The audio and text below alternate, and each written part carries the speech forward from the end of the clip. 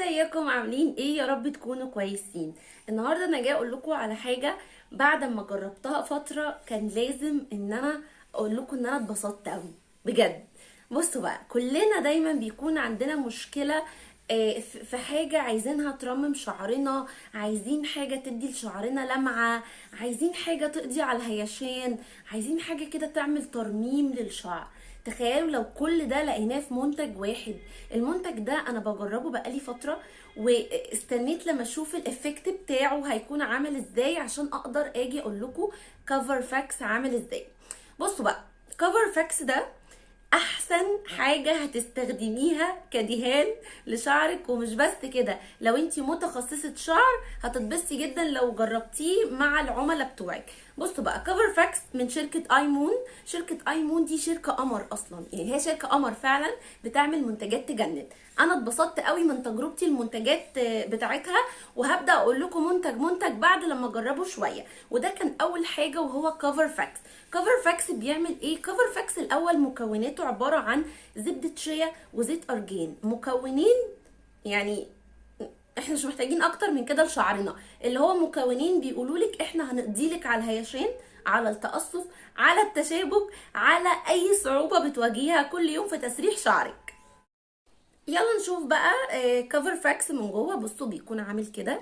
بصوا هو اهو، عشان تبقوا فاهمين معايا الملبس بتاعه. هو زبدة شيا وزيت ارجان. تعالوا بقى اقول لكم غير حياتي ازاي وعمل لي ايه. اول حاجه، يعني انا اول حاجه بستخدمه لابني يوميا وهو رايح المدرسه، بيرجع لي زي ما بينزل بشعره بالتسريحه بنفس اللمعه، بنفس اللي انا عملته، يرجع اخر اليوم زي ما هو.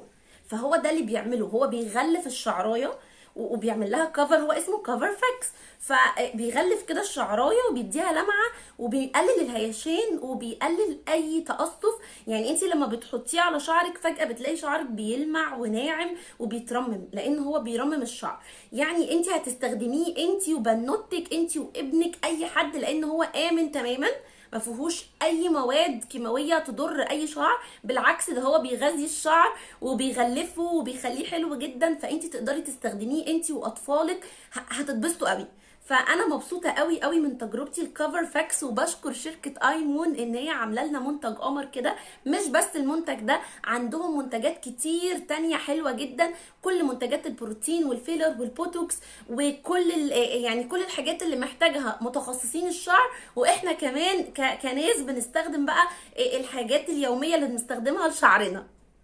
هتلاقوا في الشركة منتجات كتير جدا، وبجد من احسن شركات منتجات الشعر، ومن انضف المنتجات اللي هتجربوها، سواء زيت، سواء كريم، سواء ليف ان، سواء مجموعات للشعر، سواء اصلا لو انت متخصصه وحابه ان انت تاخدي منهم بقى وتستخدمي في السنتر بتاعك، هتتبسطوا جدا جدا. وبصوا، يعني انا عايزه اقول لكم كفر فاكس ده بقى حياتي.